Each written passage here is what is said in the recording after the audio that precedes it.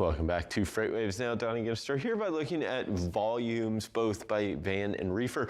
And the drop in reefer volumes is sizable when you factor in that we are now below where we were before the holiday. And we see dry van, we're still kind of above it. Yeah, we see both reefer and dry van dropping. This will, I'm sure, continue that trend, and disappoint us here next week. But like, these are seasonal changes. This is what happens when we get to this point of the year. You know, I always said around about December 15th that you could start racing your chairs up and down the aisles because there was just nothing going. Yeah, if you play in the contract market, it's typically the case, right? Most of that stuff's moved, or it's finding its way to spot market. Another disappointing subject is a lot of your big carriers will make adjustments to their payrolls because they know the next 3 months are going to be slow and tough. Yeah.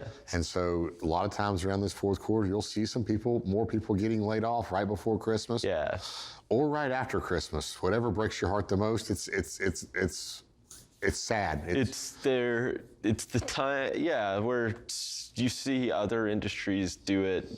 And like in the summer, it happens here because your peak is right now, and you have a lull, and basically what you're doing is effectively right-sizing your head count to become where you can stay profitable. And it's better that some lose their jobs, I guess, than everybody lose their jobs. Exactly. So that's what they look at. But yeah, so volumes, expect them to continue these downward slides. We might see reefer pick back up here just a little bit right before Christmas.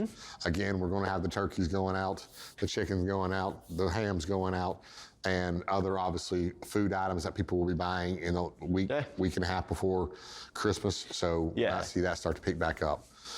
Let's jump on in here and look at rejection rate changes. Yeah, and this is changes. And now what you're going to really see here, the blues are smaller market, except for, I will call this larger markets. Yeah, they are. I mean, there's volume there. I don't respect them.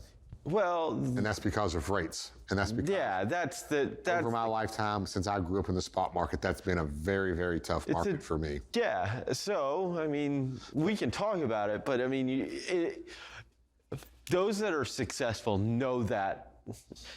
Those that, what we talk about here, where you have to get out of your comfort zone, that's a hard one to go into. Like, you're better off still staying here and getting into markets that maybe you're not comfortable with versus getting way out here. If you don't know what you're doing and you run into these markets, you can get burned really fast. Yeah.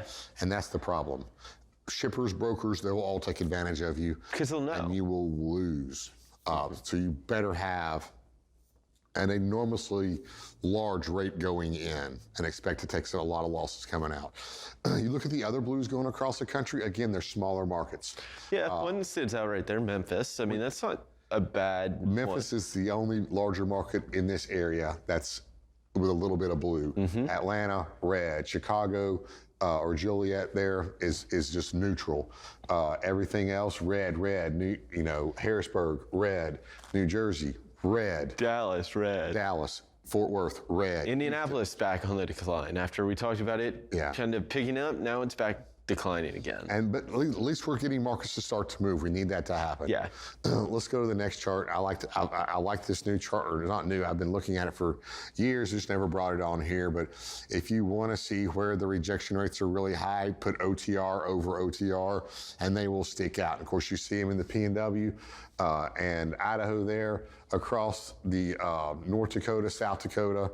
You know, you really see those rejection rates. Across I-80, I-90, where people are getting blown over right now. Yeah, they don't want to run. I mean, because if we talk about a freight desert right here, it's a freight desert up here too, right? Like, it goes this whole width of the... But this is an important market. Yeah. Cape Girardeau and Green Bay's popping up. And that's Sioux City, Iowa. Now, it's not very big, but that's still a market that I like. Now, speaking of I-80 and I-90, you know, I think Mary sent me a video of a truck driving down in the snow and ice, and he was driving, but his trailer was in the other lane. because of the wind. Yeah. It was blowing the back axles over into the opposite lane, or the second lane, and he was just driving with his trailer just over there. Yep. Some scary things happen on I-89, 90 when those winds start to pick up. They can hit about 60 miles an hour and start blowing those trucks over. Absolutely. Well, Donnie, thank you so much for this update. We'll be sure to check in with you again a little later. All right, I'll hand it back over to Bill and Anthony.